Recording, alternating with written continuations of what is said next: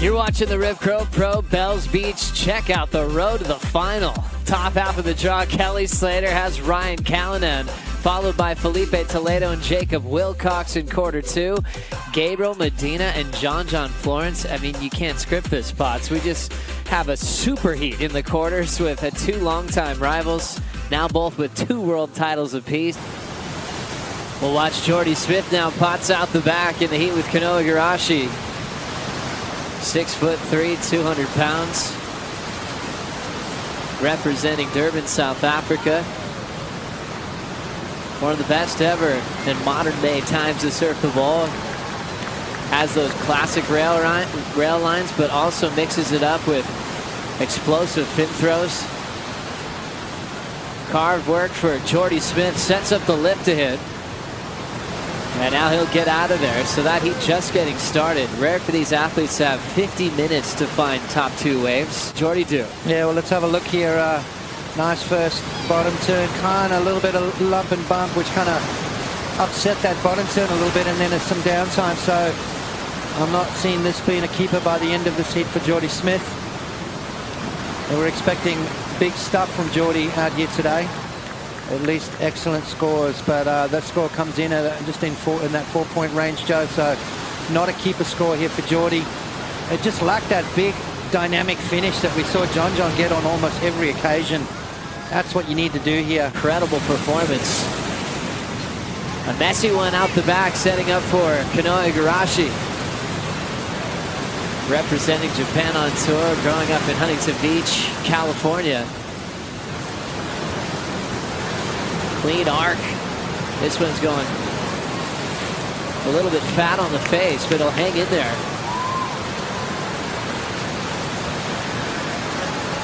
Just waiting for a lip line to work with on this opening ride against Smith. He'll fit that one through the top and stay on his feet for the completion.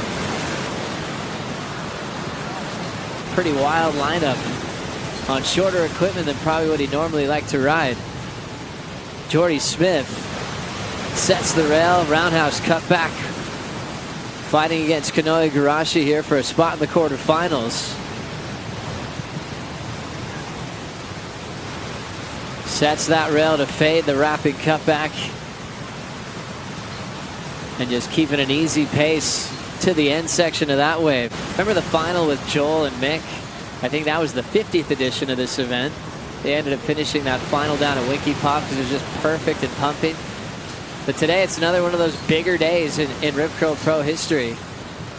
Jordy, Matty Wilco final was pretty solid as well. It's probably in that 8-foot range, solid 8-foot, but this is more unruly, Joe. This is a section for Jordy Smith that he wants to beat because he still just has a 4-point total at the moment, but waiting for scores still for the last of Jordy Smith. And one of the biggest guys on tour just engulfed by that end section. Trying to fight for a win here at Bells Beach and put themselves in a world title race.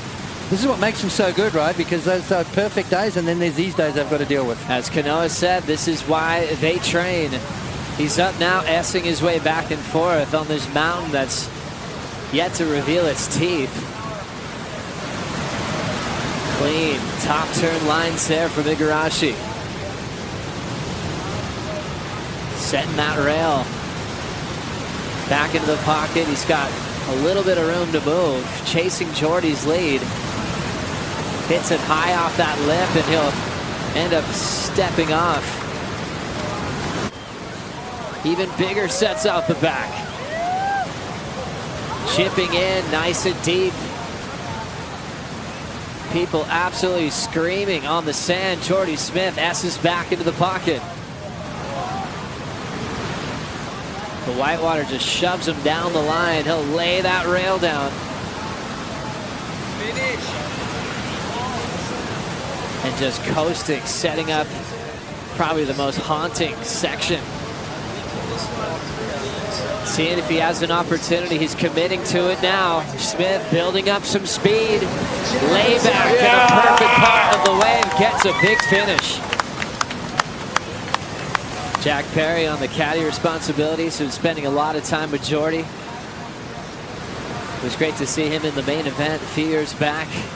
Those guys are going to fight to the finish. Yep. It's one of the best rivalries we have on tour. Look at that line out the back. It looks like he just got towed into that thing. That's insane.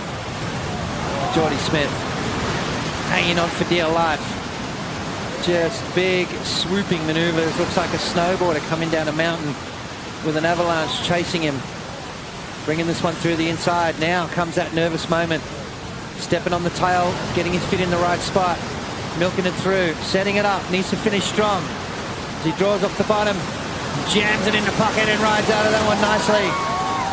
The crowd love it. The crowd love the commitment to that last turn, and Jordy Smith connecting nicely. That's his version of the John layback. Rides out of that one nice and clean. 6.77 for Jordy Smith. And with his experience with a massive swell, his chances are looking really positive. We don't have Adriano here because he's injured. Nick Joel retired. But we got Jordy Italo, previous Bell's champion, still going as we look at Kanoa with a big wall. Goes way high off the top of the raft. Board is chattering off the bottom. Hangs on for another redirect off the top. There's a monster end section. Have a look at his last ride here. Beautiful style. And I love that little bit of red color on the bottom deck. It pops as he comes off the bottom. Gives you an idea of how far he's leaning that board over. Beautiful swooping maneuvers. Get nice and low just to keep those knees bent. They act like shock absorbers in conditions like this, and then decides to straighten out of that. And hopefully he's going to be all right riding out. Jordy Smith getting started on his wave. Will throw out a little jam in transition.